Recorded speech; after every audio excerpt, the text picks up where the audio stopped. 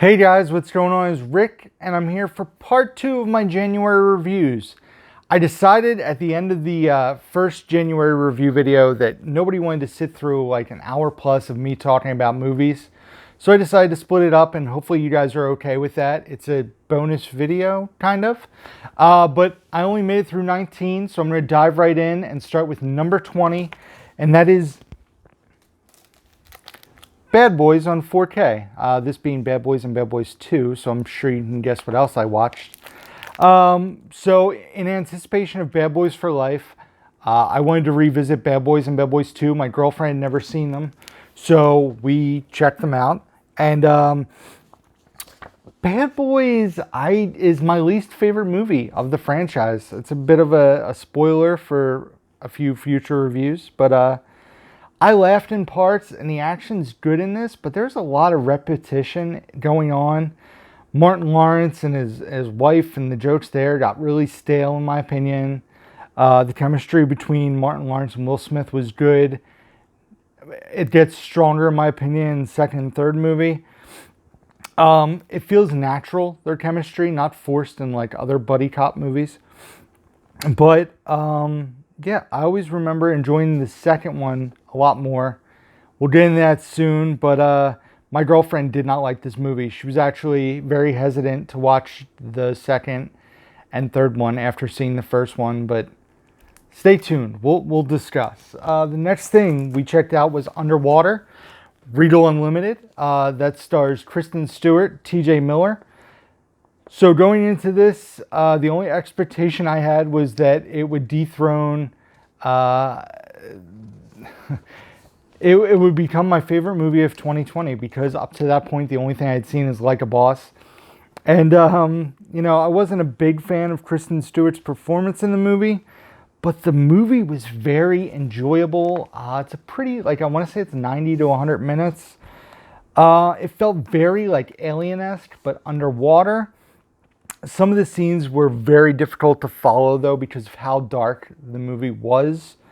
TJ Miller was awesome as comic relief. I wish the movie was rated R in parts, but it didn't hurt it being PG-13. I don't want to... But I think R would have been a little more gritty, a little more gory. I put in my review that TJ Miller in this movie, which is like a sci-fi... thriller, was funnier than Like a Boss in its entirety. So it's a very fun, like I said, sci-fi flick. Definitely worth checking out when it comes out on physical. I give it a 3 out of 5. The next movie I watched was Bad Boys 2. And Bad Boys 2 is so good. Definitely more enjoyable than the first one for me. It's so much funnier. The action's bigger and better. Chemistry was better. It's funny that the birthplace of the whole Woo-Saw thing came from Bad Boys 2. I did not know that. The action scene that's in the middle of this movie with the huge shootout and then the car transport truck and the bridge is probably one of my favorite action scenes of the last 20 years.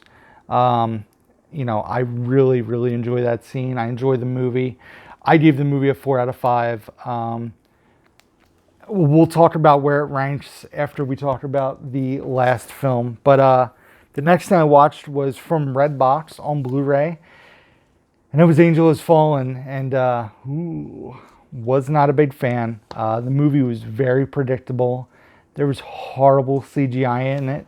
It almost felt like a sci-fi movie in parts, the CGI. And, there were a few action set pieces that were cool.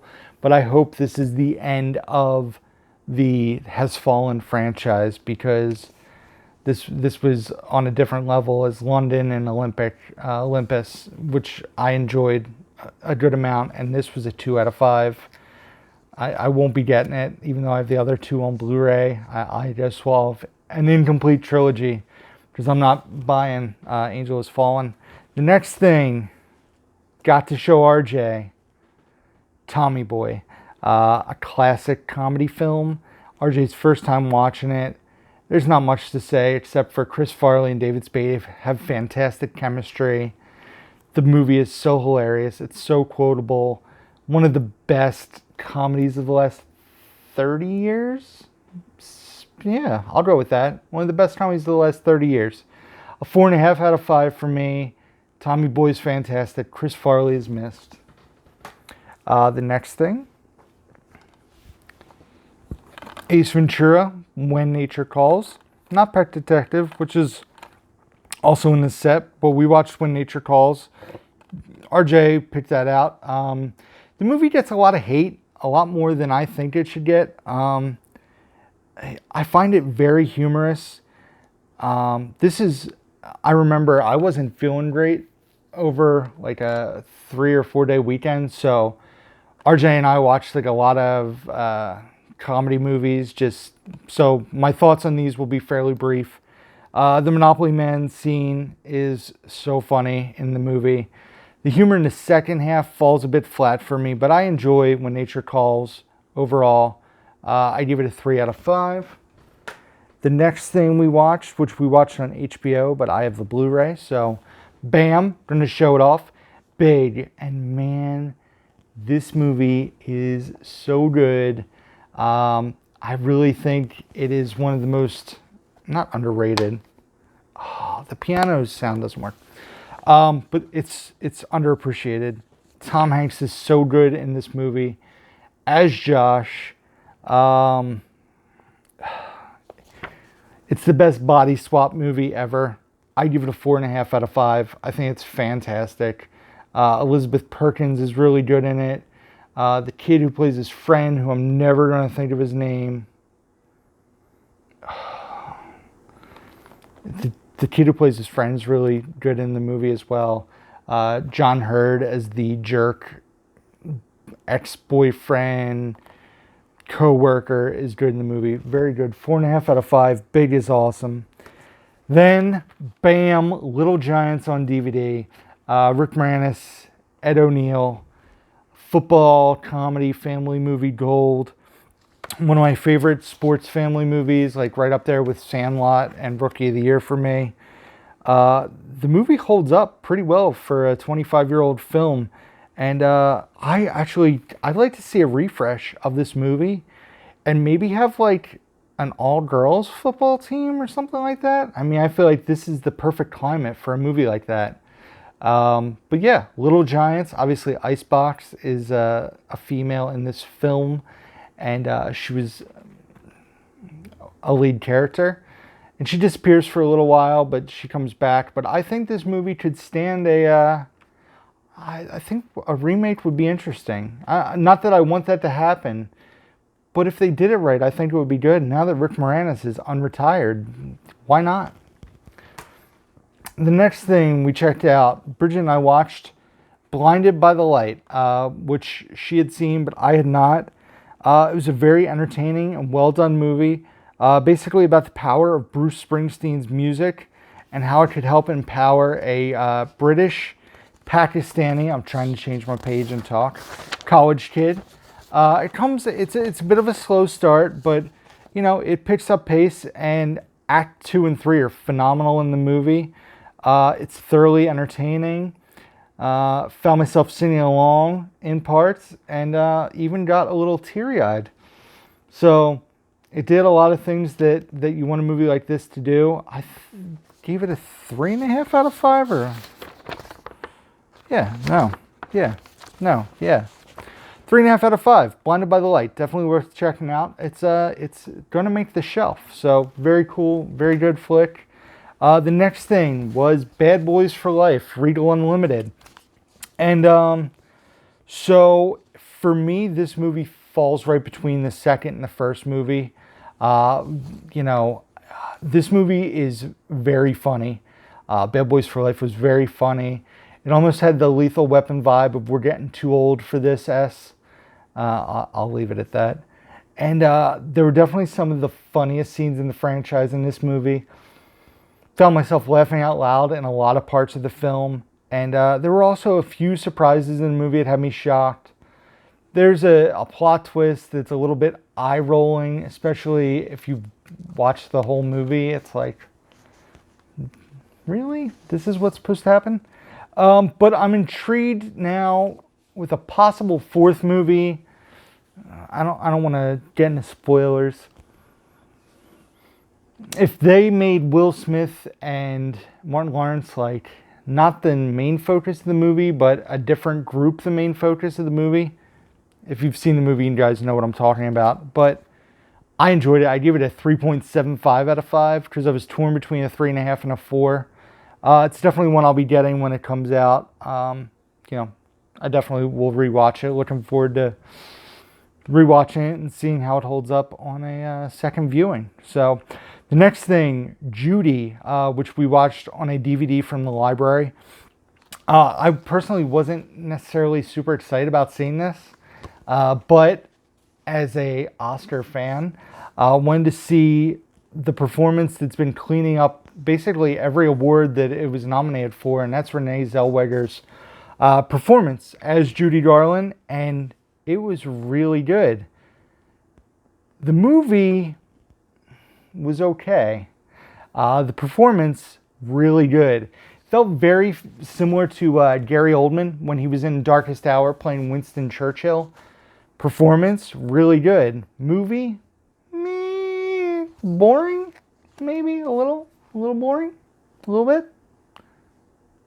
But I give it a 3 out of 5. I was getting, I guess it's a good thing when you get lost in a character. You don't see Renee Zellweger playing Judy Garland, you just see Judy Garland on screen.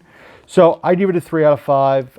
There was some stuff about her I did not know, some sad stuff, but it was really good. And, her performance was really good. The movie is worth watching. I wouldn't go and buy it. I give it a 3 out of 5. The next thing was from Redbox, and it was Ad Astra.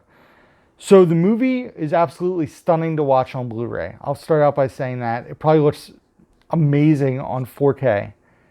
But the biggest issue with the movie is, once again, it's pretty boring.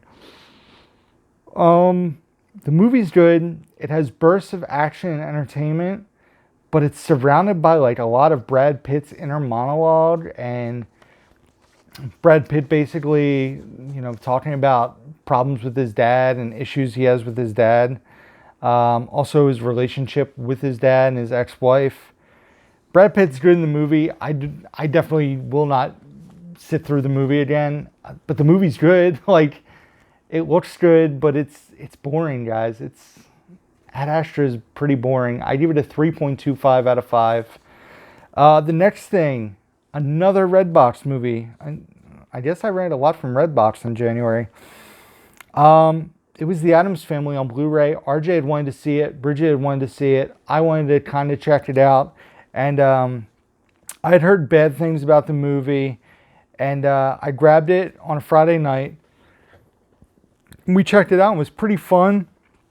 The villain of the movie is pretty weak, but it was overall a fun watch. I could definitely see myself picking it up, adding it to the collection eventually, and rewatching it. It was one of the more enjoyable animated movies I saw in 2019. It was definitely something that I could see them doing sequels to, and I wouldn't be opposed to it. But I give it a 3 out of 5. Definitely worth checking out. The next thing, however, was Doolittle, Regal Unlimited. And to put a grade on this is not entirely fair, because I nodded off at the movies in the middle of the film, and my girlfriend did too. So I guess that's saying something about the movie, because she never falls asleep in the movies. I don't usually fall asleep in the movies unless it's pretty boring, and it doesn't happen like often where I fall asleep. And it's not a good movie. Some of the humor is way too childish. Robert Downey Jr. has this weird whisper talk thing he does throughout the movie. It was something my girlfriend pointed out. Not nearly as awful as some people have said, but definitely not really good. I give it a 1 out of 5. I can't really say much more. The next thing, however, was Mr. Popper's Penguins, which RJ had never seen. Um, he loves Jim Carrey, so he wanted to check this out. And the movie is really entertaining.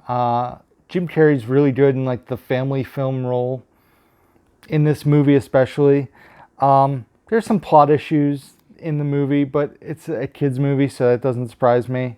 But the two actors who play as kids have great chemistry with Jim Carrey. He does really well in the family-friendly flick, and I enjoy it. I give it a 3.5 out of 5. Mr. Popper's Penguins, definitely a very fun watch.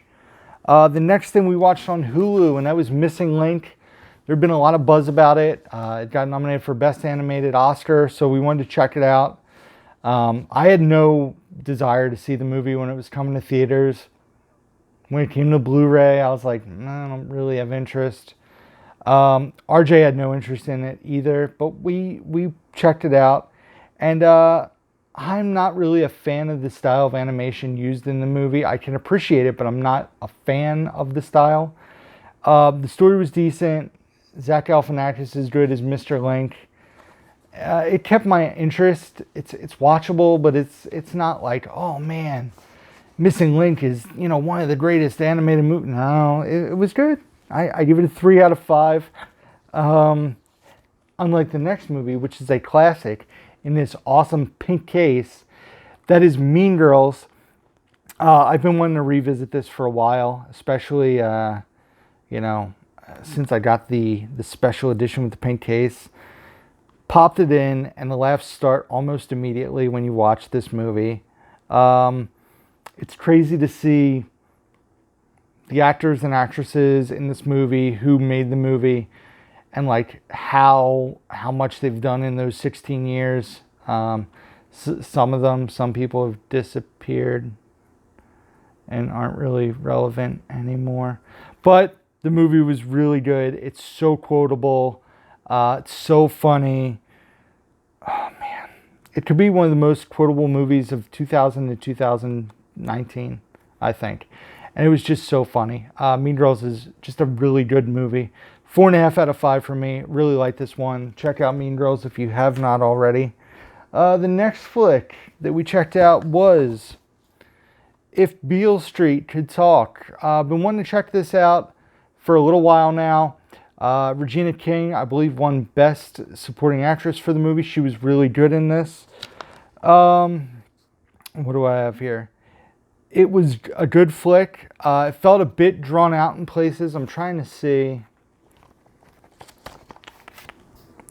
2-hour runtime. Probably could have been like an hour 40. Hour 40 would have been a good runtime. Performances in the movie were fantastic. There's a scene that takes place in the early part of the movie that was so good. It involved like two families sitting there. Very powerful scene.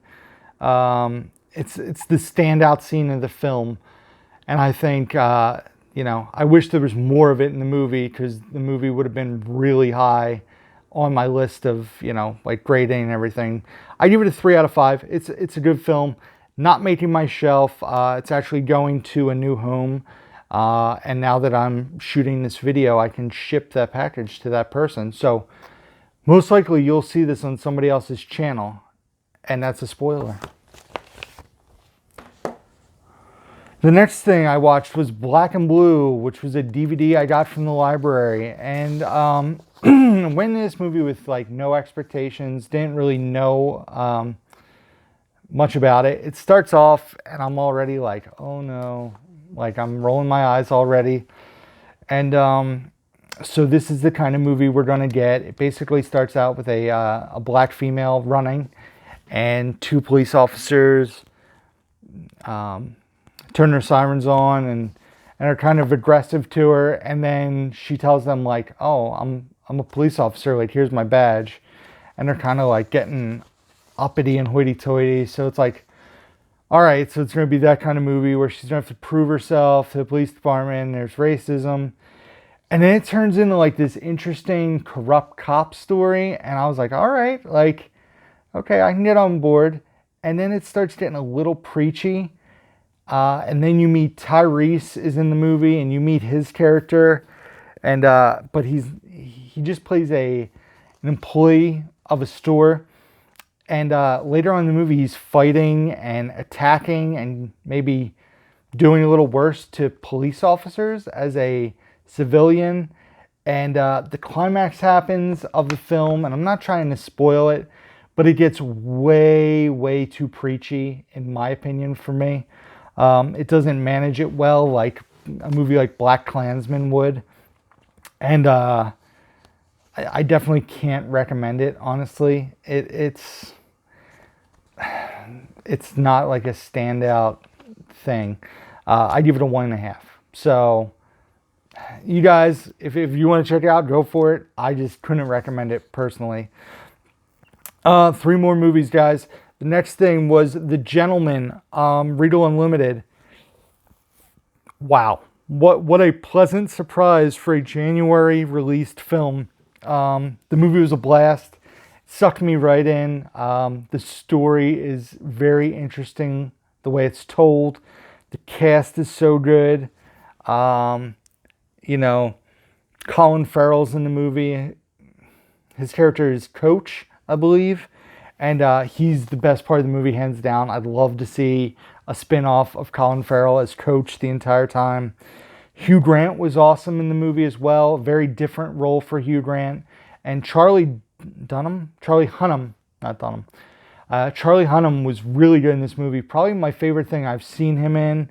The only character who I wasn't the biggest fan of was Henry Golding's character, because it just seemed a bit weird for him to be playing like a bad guy, villain, like henchman kind of type.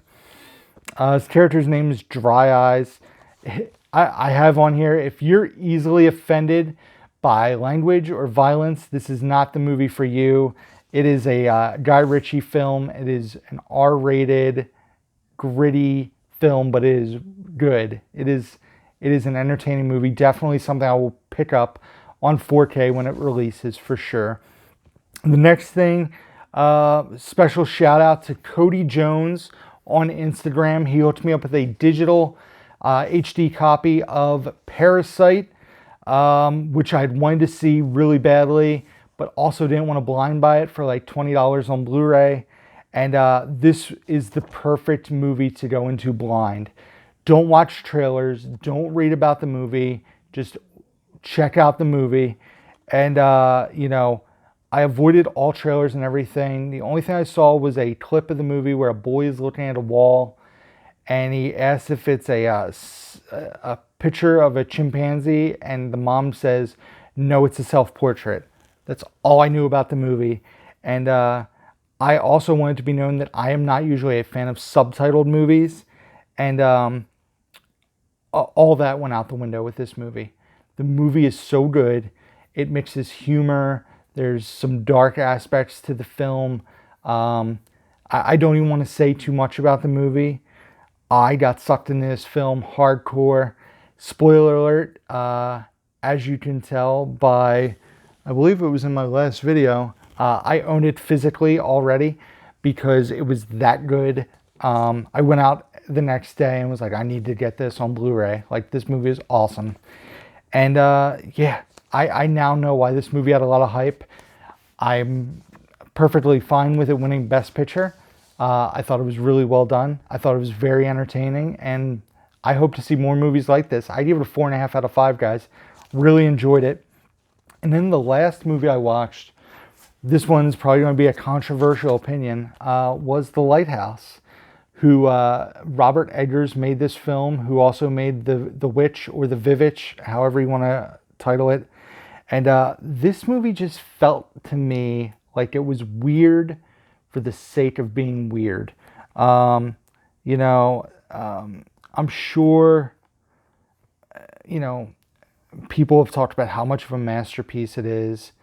It's shot in what's the aspect ratio? I'm sure 4:3, or it's shot, it looks like an old school square. It's black and white. You know, in my opinion, this is the second overrated misfire in a row from Eggers. Wasn't a big fan of it. The performances were good. Pattinson and Willem Dafoe were both good in the movie. And I lied, guys. I have one more movie to talk about after this. The look of the film was good, but we had to watch the movie with subtitles because you can't understand characters. There's a lot of like vagueness and you don't know exactly what happened. I'm sure it's part of the mystique. It's an A24 movie, as you guys can see. Maybe it's not focusing, huh? Anyway, it's an A24 movie, which automatically, I guess, gives this movie like a 5-star for some people. Not necessarily the case with me, but it's not making my shelf, guys. I'm going to be selling this one as well. I give it a 2 out of 5. I think it's very overrated. Personally, didn't care for it. My girlfriend didn't like it either. Yeah, bit of a bummer. And then the last thing we checked out was The Turning, Regal Unlimited, and I'm going to keep this very brief, and I will basically say this. It's the movie where none of your questions are answered. Basically, the movie ends, and it has not answered any of the questions the movie brings forth. It's your typical January horror movie where it sets up all this stuff. There's creepy stuff, there's jump scares, and there's no payoff in the film at all. It just ends, and it's like, wow, are you serious? So that's it, guys. I give it a 1 out of 5, by the way. That's it, guys. Sorry about splitting this into 2 videos, but I think time-wise it worked better. And plus, it's double the videos for you guys. So, as always, thank you for watching. Check out the description box down below where you can find links to my Facebook, Instagram, Twitter, Letterboxd, eBay. All that can be found down below, along with my email address, P.O. Box, wish list, all that down below. Thank you guys for watching. Be sure to like the video or hit the thumbs down if you didn't care for it.